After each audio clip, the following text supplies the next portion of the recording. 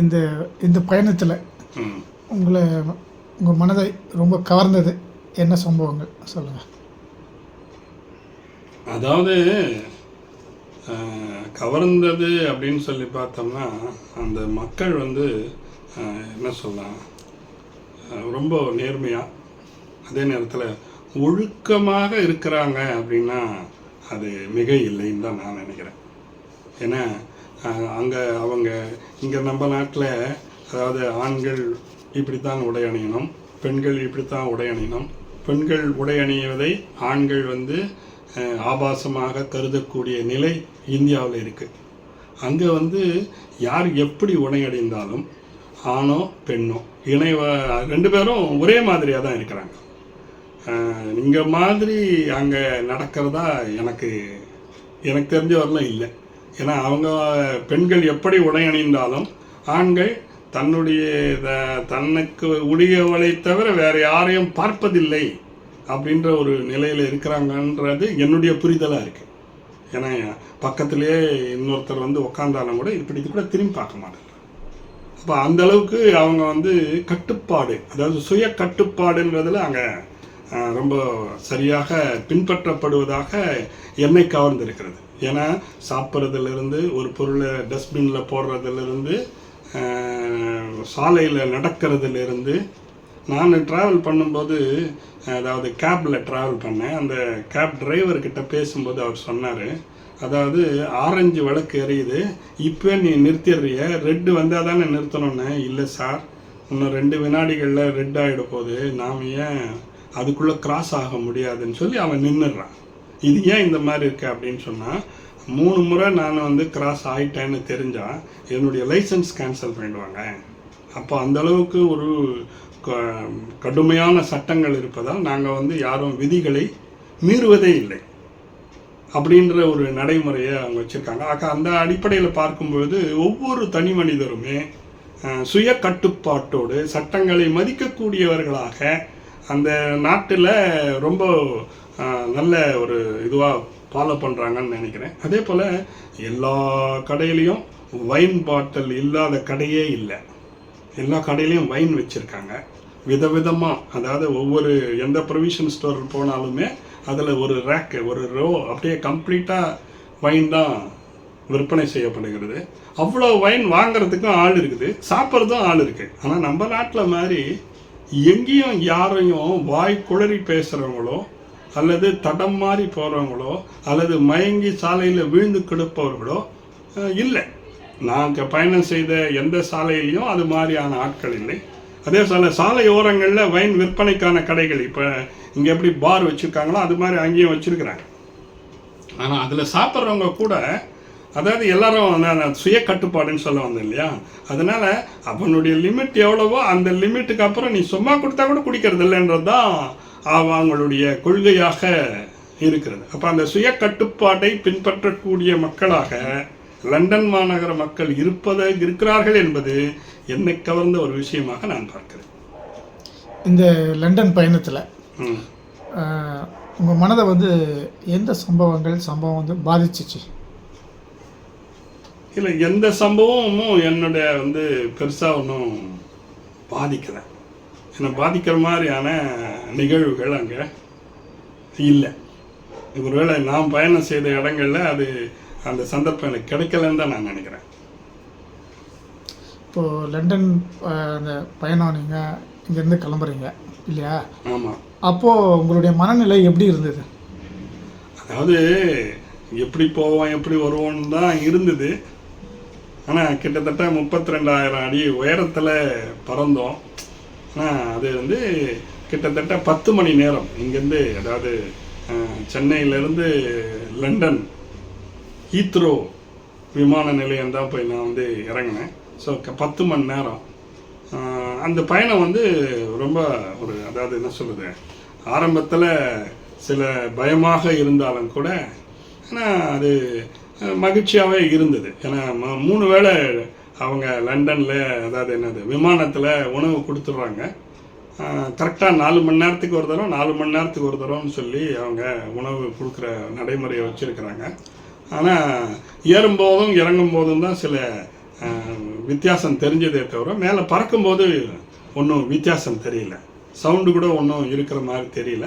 ரொம்ப அது ஒரு மிதமான பயணமாகவே இருந்தது. இப்போ இந்த ஃப்ளைட் ட்ராவல் சொல்கிறீங்க, 10 மணி நேரம் ஆச்சுன்னு சொல்கிறீங்க. ஆமாம். உங்களுக்கு அந்த 10 மணி நேரம் எப்படி, அந்த 10 ஹவர்ஸ் எப்படி போச்சு, எப்படி கழிச்சிங்க, எப்படி அந்த நேரம்? இல்லை, அதாவது எனக்கு அப்போ புறப்படும்போது தான் சீட் பெல்ட் போட்டுக்கணும்னு சொல்கிறாங்க. ஒரு குறிப்பிட்ட அதுக்கப்புறம் சீட் பெல்ட் போடணும்னு அவசியம் இல்லைன்னாங்க. நம்ம ஃப்ளைட்லேயே கொஞ்சம் தூரம் அப்படி போய் வரலாம். அது போக ஒரு குறிப்பிட்ட நேரத்துக்கு அப்புறம் ஃப்ளைட்டில் இருக்கிற எல்லா லைட்டும் ஆஃப் பண்ணிடுறாங்க. அப்போ எல்லோரும் ஒரு மணி நேரம் 2 மணி நேரம் தூங்குகிற ஒரு வாய்ப்பும் நமக்கு கிடைக்குது. இருந்தாலும் அதாவது ரயில் பயணங்களோடு கம்பேர் பண்ணி ஒப்பிட்டு பார்த்தோம்னு சொன்னால் விமான பயணம் என்பது கொஞ்சம் டீடியஸான பயணம் தான். ஏன்னா அதில் படுக்கை வசதியோடு இருக்கிற விமானங்கள் இல்லை, அது ரொம்ப குறைவு. அது ஒருவேளை பிஸ்னஸ் கிளாஸில் அப்படி இருக்கான்றதும் எனக்கு தெரியல.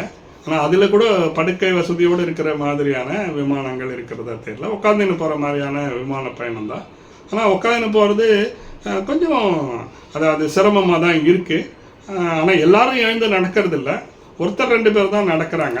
ஆனால் அது அங்கே கழிவறைக்காக வரவங்களை தவிர மற்றபடி வேறு எதுவும் அங்கே இதுவும் இல்லை. ஆனால் இன்னொரு ப்ளஸ் பாயிண்ட் என்னென்னா, நம்ம உட்காந்து இருக்கிறதுக்கு முன்னால் ஒரு ஸ்க்ரீனில் இந்த விமானம் எவ்வளோ தொலைவில் பறந்துனுக்குது, இங்கே இப்போ சென்னையிலேருந்து எவ்வளோ தொலைவு நாம் போயிருக்கிறோம், இன்னும் கடக்க வேண்டிய தூரம் எவ்வளோ தொலைவு இருக்குது, இப்படின்ற தகவல்கள் அந்த ஸ்க்ரீனில் காட்டுறாங்க. அதனால நமக்கு ஒரு டைம் பாஸிங்காக இருக்குன்னு சொல்லலாம், அவ்வளோதானே தவிர மற்றபடி அதில் பயம்லாம் ஒன்றும் இல்லை, நல்லா தான் இருந்தது. இப்போ அந்த லண்டன் பயணம்லாம் போயிட்டு நீங்கள் தமிழ்நாட்டுக்கு இறங்குறீங்க. அப்போது உங்களுடைய மனநிலை எப்படி இருந்தது? என்ன மாதிரியா நம்ம இதெல்லாம் மிஸ் பண்ணுறோம் அப்படின்ற மாதிரிலாம் ஒரு எண்ணெல்லாம் தோன்றியிருக்கும் உங்களுக்கு? இல்லை, அதாவது வாய்ப்பு கிடைச்சா நாம் கூட லண்டனுக்கு போயிடலாமா அப்படின்னு கூட தோணுது. ஏன்னா மக்கள் தொகை குறைவு, வசதிகள் அதிகம், வருமானம் அதிகம். இப்போ கூட அங்கே அங்கே ஒரு பேராசிரியரை பார்க்குற வாய்ப்பு கிடைச்சிது. அவர் சொன்னார், ஐயா நீங்கள் அக்கௌண்டன்சி வாத்தியார் இருந்திருக்கிறீங்க, நீங்கள் இங்கே அக்கௌண்டன்சி சொல்லிக் கொடுங்க, ஒரு நாளைக்கு உங்களுக்கு 40 பவுண்டு உங்களுக்கு ஊதியமாக கொடுப்போம் அப்படின்னு சொல்லி சொன்னார். ரைட்டு, அது சரியா? அதாவது அந்த 40 பவுண்டுன்னா நமக்கு கிட்டத்தட்ட ஒரு நாளைக்கு 20 பவுண்டு அங்கே செலவாகும், ஒரு 20 பவுண்டு மிச்சம் பண்ணலாம் அப்படின்னு கூட ஒரு யோசனை இருந்தது. அங்கே இருக்கிற நடைமுறைகள்லாம் நான் வேறு. அங்கே இருக்கிற நடைமுறைகள் நமக்கும் அவங்களுக்கும் காலநிலை கிட்டத்தட்ட ஒரு 4 மணி நேரம் வித்தியாசம் இருக்குது. நாம் இங்கே பகல் 12 மணின்னா அவங்களுக்கு காலையில் 6 மணி, இல்லை 5:30 மணி, இல்லை 6:30 மணி, அப்படியான ஒரு வித்தியாசம் இருக்குது. பட் அவங்களுடைய உணவு முறை, இன்னொரு விஷயம் என்னென்னா, அங்கே வெயில் நீண்ட நேரம் இருக்குது. நமக்கு 8 மணி நேரம் தான் இங்கே வெயில் இருக்குது. அங்கே பார்த்தீங்கன்னா 12 மணி நேரம், 13 மணி நேரம், 14 மணி நேரம் கூட வெயில் பார்க்கக்கூடிய ஒரு வாய்ப்பு இருக்குது. கொஞ்சம் வித்தியாசமான ஒரு சூழல் தான். இருந்தாலும் சொர்க்கமே என்றாலும் அது நம்மூரை போல வருமான ஒரு சினிமாவில் பாட்டு பண்ண மாதிரி நம்ம ஊர் கலாச்சாரம், நம்ம ஊர் ஸ்ட்ரக்சர்ன்றது ரொம்ப இது பழகி போன ஒரு நிலை. அங்கே போனோம்னா இந்த பழக்கங்கள் மாறுவதற்கு கொஞ்சம் டைம் எடுக்கும். பட் அந்த நாட்டினுடைய சூழல், அந்த நாட்டினுடைய மக்கள் தொகை, அந்த நாட்டினுடைய சூழ்நிலைக்கேற்ப அவங்க அந்த மாதிரி செயல்பட முடியுது. ஆனால் அவங்களே நம்ம நாட்டுக்கு அந்த மாதிரி இருக்க முடியுமான்னு எனக்கு தெரியல. ஏன்னா அது அங்கே இருக்கக்கூடிய நிலைக்கான அது கலாச்சாரம் அப்படி இருக்குது, அவ்வளோதானே தவிர மற்றபடி எனக்கு ஒன்றும் நம்ம அங்கேயே இருந்துடணுன்ற எண்ணம் இல்லை. வாய்ப்பு கிடைச்சா இன்னொரு தரம் போய் வரப்போகிறோம். ஆனால் நம்ம ஊர் தான் சிறப்பான நகரமாக நான் நினைக்கிறேன். என்ன சிறப்புன்றீங்க? லண்டனை விட என்ன சிறப்புன்றீங்க? இல்லை, இங்கே மக்கள் தொகை அதிகம், இங்கே எல்லாம் அதாவது என்ன சொல்கிறது, மலிவாக கிடைக்குது, விலைவாசி ரொம்ப குறைவுன்னு சொன்னால் அது கரெக்டு தான். ஏன்னா அங்கே இருக்கிறதுல எல்லாமே விலை அதிகம், எல்லாமே காஸ்ட்லியான விஷயமாக அங்கே நான் உணர்றேன். ஆனால் அங்கே இருக்கிற வருமானத்துக்கு அது சரியாக இருக்குதா என்னன்றது அங்கே இருக்கிறவங்கள கேட்டால் தான் தெரியும். ஏன்னா அங்கே அதாவது ஒருத்தரை விசாரித்தேன் நான், ஒரு பையன் கடையில் வேலை செய்கிறான், அவங்களுக்கெல்லாம் என்னது ரிட்டையர்மெண்ட் ஏஜே இல்லை. அது மைனஸாக ப்ளஸ்ஸான்னு தெரில எனக்கு. ஏன்னா அந்த நாட்டில் வேலைக்கு ஆளே கிடைக்க மாட்டேன்றாங்க. அதனால் என்ன பண்ணுறாங்கன்னா ரிட்டையர்மெண்ட் ஏஜ் இல்லைன்றான். அவன் 60 இல்லை 70 வரல 80 வயசு வரல கூட அவன் வேலை செய்யலாம். எனக்கு வேலை வேணும்னா விட்டுட்டு போயிடலாம். அதே போல் 70 வயதுக்கு மேற்பட்டவர்களுக்கு ரயிலில் ஃப்ரீயாக கொடுக்குறாங்க, பஸ்ஸில் ஃப்ரீயாக கொடுக்குறாங்க, அந்த கார்டு வந்து ஃப்ரீயாக கொடுத்துட்றாங்க. ஆக அவன் ரிட்டையர் ஆனாலும் பீஸ்ஃபுல்லான ஒரு லைஃபு அவங்களுக்கு கிடைக்கிற மாதிரியான ஒரு சூழல் அங்கே இருக்குது. இன்னொரு விஷயம், நான் அங்கே விசாரித்ததில் ஒருத்தர் ஒரு வீடு மட்டும்தான் வச்சுக்கலாம். ஒன்றுக்கு மேற்பட்ட வீடு வாங்கிறதுக்கு அவங்களுக்கு சட்டத்தில் இடம் கொடுத்துருக்காங்க. ஆனால் 200% வரி கட்ட வேண்டும், 200% கட்டுமான செலவுகளுக்கு செலவழிக்க வேண்டும். சாதாரணமாக முதல் நான் ஒரு வீடு வாங்குறேன்னா அதுக்கு அங்கே இருக்கக்கூடிய சந்தை விலை, மார்க்கெட் விலை என்னவோ அந்த விலையில் செங்கல்லும் மணலும் சிமெண்ட்டு எல்லாமே எனக்கு அந்த நார்மல் ரேட்டுக்கு கிடைக்கும்.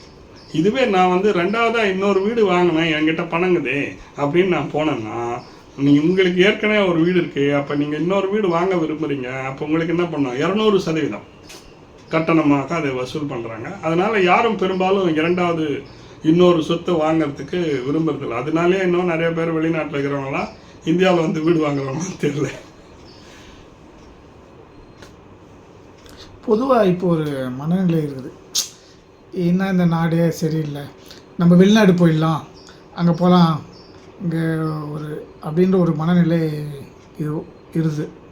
ஏன் அப்படி வருது? என்ன இல்லை, அதாவது அதுக்கு ஒரு விஷயம் என்னென்னா, மக்கள் தொகை அந்த நாட்டில் குறைவு. அதனால் வந்து எங்கேயும் போக வரவும் வசதியாக இருக்குது.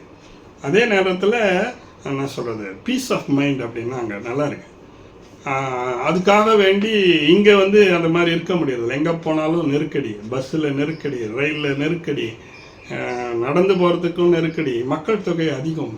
அதனால் வந்து நம்ம எதுவுமே நமக்கு கிடைக்குமோ கிடைக்காதோ அப்படின்ற ஒரு எண்ணம் இருக்குது. ஆனால் அந்த இடத்துல அப்படி இல்லை, எல்லாருக்கும் எல்லாமும் கிடைக்குது. யாருமே வந்து தடம் மாதிரி போகணும் அல்லது முந்தி போகணும், முயற்சி எடுக்கணுன்றதெல்லாம் கிடையாது. அவங்களுக்கு தகுதி இருந்தால் அவங்களுக்குரிய வாய்ப்பு நிச்சயமாக கிடைக்கும். ஏன்னா அது பேருந்து பயணமாக இருந்தாலும் வரிசையில் தான் நிற்கிறாங்க, ரயில் பயணமாக இருந்தாலும் வரிசையில் தான் நிற்கிறாங்க, போய் ப்ரொவிஷன் ஸ்டோரில் பொருள் வாங்கணுன்னாலும் வரிசையில் தான் நிற்கிறாங்க. நான் ஒரே ஒரு பொருள் தான் வாங்கினா எனக்கு முன்ன கொடு அப்படின்னு கேட்குறவங்களே கிடையாது. முன்னால் இருக்கிறவன் என்னவோ அவனுக்குரிய நேரம் பயன்பட்ட பிற்பாடு தான் அடுத்த வாய்ப்பு தான் எனக்கே தவிர நான் முந்திக்கின்னு போனோன்னு யாரும் விரும்புறதில்லை. ஸோ அது மாதிரியான ஒரு சூழல் இருக்கும்போது அது நிறைய பேருக்கு பிடிச்சிருக்கு. அவங்க வந்து ரைட் நம்ம வெளிநாடு போகலாம் அப்படின்னு நினைக்கலாம்.